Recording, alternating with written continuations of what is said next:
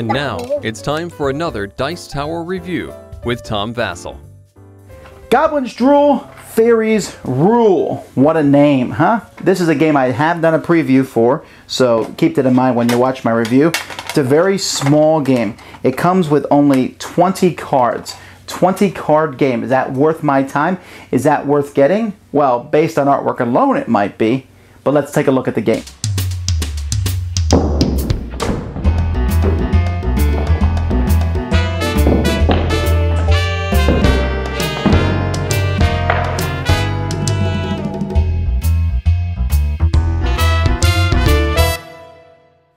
The game is made up of 20 cards. Now, they're not small cards. Look at my hand here. This is these are very large cards. And on one side of the card is a fairy, and on the other side is a goblin. And here's Snowflake Shelly, for example, and on the other side is a goblin. Needs a shower.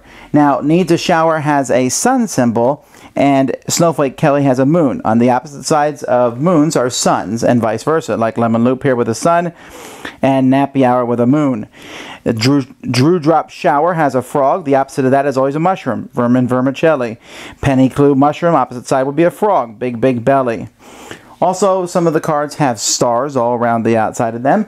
And many of the cards will rhyme with each other. See, we have Candy Rock, Hickory Dock, Poppy Smock, and Goldilocks.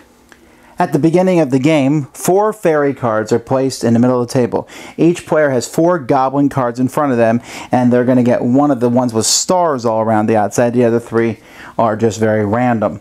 On your turn, it's very simple. You're going to take a card from in front of you and add it to the fairy ring in the middle. So let's say here, for example, I take this Full Moon Moo and add it to the middle of the table. Now there's 4 fairies and a goblin. But whenever I add a card to the middle of the table, I take a look at the card's name. So for example, here I have Full Moon Moo, and I'm going to flip over any card that rhymes with Full Moon Moo. Well, not Shelly Loop or Shower, but Penny Clue rhymes with Full Moon Moo. So I will flip Penny Clue to the other side. Now she's Big Big Belly. Then Full Moon Moon has a moon on it. Any card in the middle that's a moon, I'll take, since I played a moon card.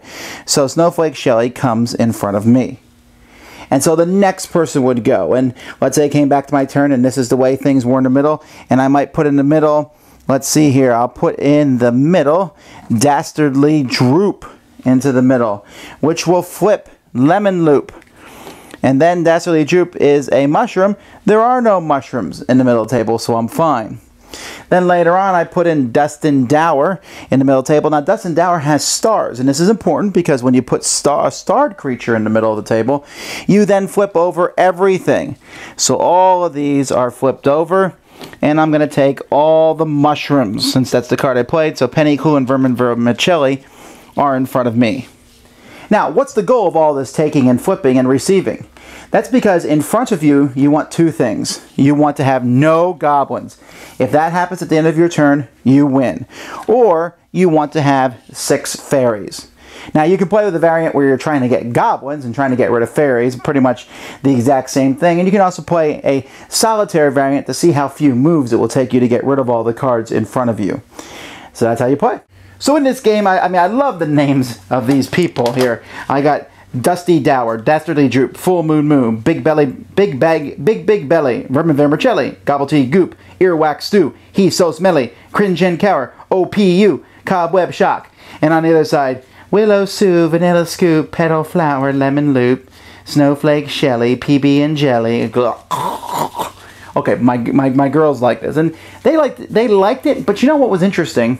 And I don't have them with me today to give you their side, but my girls liked the artwork more than they liked the game itself. They thought the game was okay, but they really enjoyed the artwork and the fairies and saying the names and acquiring a fairy. I was more about, okay, so if I put this card out, it will cause those cards to flip and I'll get this.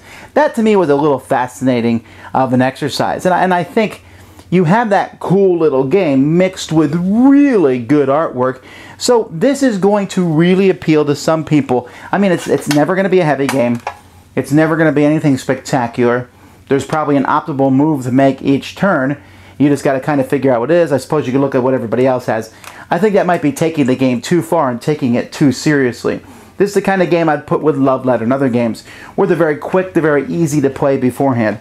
It comes in a nice box, even though it is a tin, but it works well.